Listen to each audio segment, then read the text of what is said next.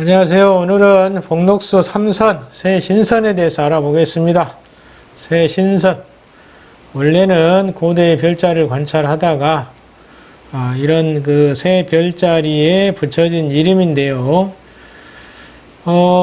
자료를 조사해 보니까 입춘절에 정남쪽에 3개의 별자리가 가장 근접해 온다고 합니다. 이 세 별자리를 이제 한 줄로 연결해서 새신선, 삼성 이렇게 부르는데요. 각각 명칭을 부여해서 복을 관장하고 녹을 관장하고 하나는 수명을 관장한다 해서 복록수, 복성, 녹성, 수성 이렇게 이름을 붙였습니다. 그래서 3가지 별자리는 사람들 입장에서 보면 길한 작용을 한다, 길하고 상스럽다, 좋은 일을 일으켜준다 라고 이제 믿고 있는 것이죠. 민간에서는 그래서 이런 복록수 삼성을 집안에 그림으로 붙여두는 사람도 있고, 동상으로 만들어진 것을 구매하겠죠. 구매해서 직접 모시는 경우도 있습니다. 풍수지리에서는 이제 이 삼선을 음살을 방어하는데 이 삼선을 사용합니다. 음살. 조금 뒤에 언급을 하겠습니다.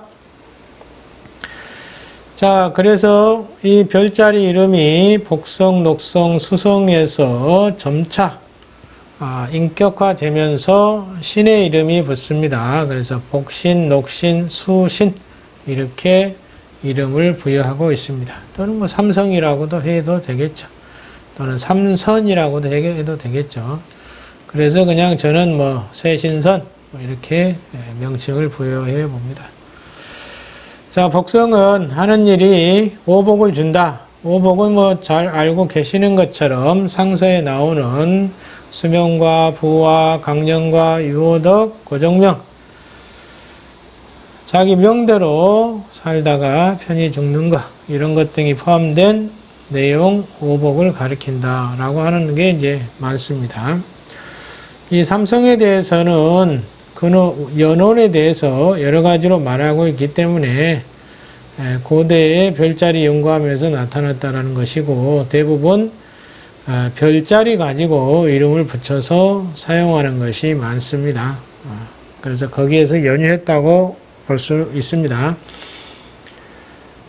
어찌됐든 이제 복성은 그런 오복을 주관한다, 오복을 내려준다 라고 하는 것입니다. 그래서 새로운 해가 들어서면 만사 형통을 기원하면서 복자를 붙여주죠. 복자를 뒤집어서 복이 문에 이르렀다는 표시를 하곤 합니다. 복이 이르렀다, 문 앞에 왔다, 이런 의미로 이제 복을 뒤집어서 그렇게 사용하고 있습니다. 그래서 글자만 복자를 새겨서 쓰는 경우도 있습니다. 글자. 그래서 문에 보시면은, 중국에 가시면은 문에 이렇게 복자가 거꾸로 뒤집어진 것을 많이 볼 수가 있고요. 우리나라도 이제 중국에서 이제 오신 분들이 많아서 이런 걸 붙이는 경우도 더러 있습니다. 자, 복을 내려준다 라고 생각하시면 될 것 같고요. 또 추가로 연구되는 내용들을 보니까 복성은 목성이라고도, 목성의 신, 세성이라고 부르는데요. 목성의 신, 이것을 지칭하는 것으로 여기는 사람도 있습니다. 그 다음에 녹성은 인간의 귀천을 다스리는 것으로 알려져 있고요. 또 재물을 얻게 해준다, 발복하게 해주는 것으로도 알려져 있습니다. 귀천, 재물 발복은 매우 중요한 것이죠. 그래서 민간에서는 그 녹성을, 동상을 만들 때 그 제신인 조공명의 이미지를 빌려서 그런 이미지대로 형상화하고 그런 형상을 모시는 경우도 있습니다. 그래서 이제 이 녹신은 그런 의미로도 사용하고 있고요. 다른 의미도 있습니다. 문창이라든지 문곡성, 어디서 많이 들어본 내용이죠. 네, 공부하는 별. 그래서 이제 시험에 합격해서 관직을 얻거나 할 때는 이제 이런 녹신을 모시는 경우가 있습니다. 문곡성이라고 해서 이렇게 따로 모시기도 합니다. 수성은 뭐 노인성이라고도 하는데요. 군주와 국가의 수명의 장단을 주관하는 것으로 알려져 있습니다. 또는 사람에게 수명을 늘려줄 수도 있다. 장수의 상징으로 널리 알려져 있죠. 그래서 이제 이 수성도 중요하게 부각되어서 사람들에게 많이 존경을 받고 있습니다. 자, 이 삼선은 이제 어디에 쓰이느냐라고 하는 것입니다. 삼선. 그래서 이 삼선을 배치를 하는데요. 특히 이제 그 음살 아까 말씀을 드렸죠. 음살이라고 하는 게 뭐냐면요. 음기가 강한 곳입니다. 음기가 강한 곳이 어디입니까? 사람이 과거에 많이 죽었던 곳, 또는 많이 모셔진 곳, 또는 뭐 빈집, 또 양기가 부족한 집, 뭐 이런 것 등이 해당이 되겠죠. 또는 수풀이 무성해서 음산한 곳, 이런 것도 해당이 됩니다. 이런 곳은 이제 복록수 삼성을 설치합니다. 또는 뭐 약관살도 있어요. 약관살은 뭐 지난번에 살 얘기할 때 다 말씀을 드렸고, 관제살도 아실 거예요. 사람을 넣는, 돌아가신 분을 모시는 관과 비슷한 살.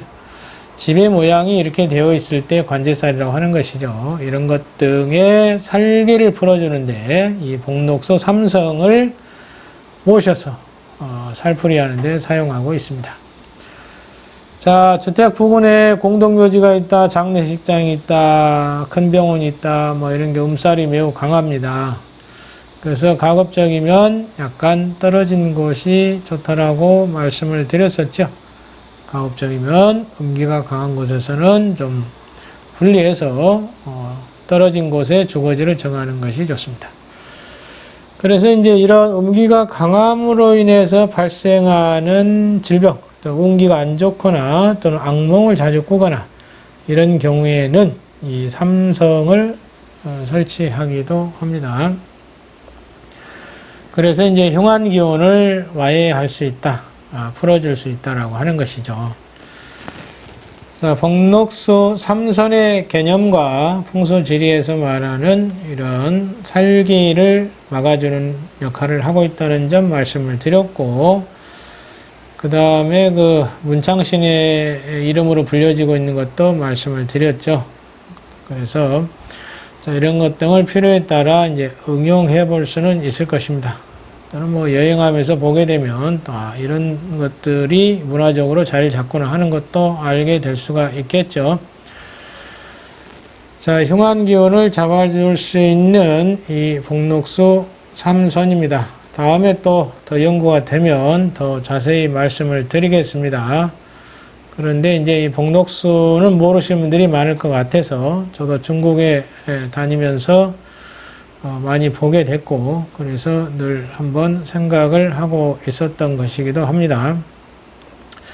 국내에는 이제 많이 알려져 있지 않다 보니까 많이 유포되어 있지 않은 것 같습니다. 자, 이런 것도 이제 하나의 문화로 자리 잡고 있는 것이죠. 문화의 또 향방은 또 변하는 것이니까요. 더 발전할 수도 있고 또는 쇠퇴할 수도 있고요. 그나저나 이제 이런 풍수적으로 안 좋을 때는 또 한 번은 활용해 봄직도 합니다.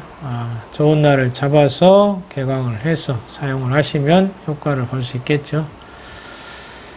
자, 복록수 삼선 올 한 해 남은 시간 동안 복과 녹이 넘치시고 또 수명이 늘어져서 오랫동안 건강하게 삶을 유지하시길 바라겠습니다.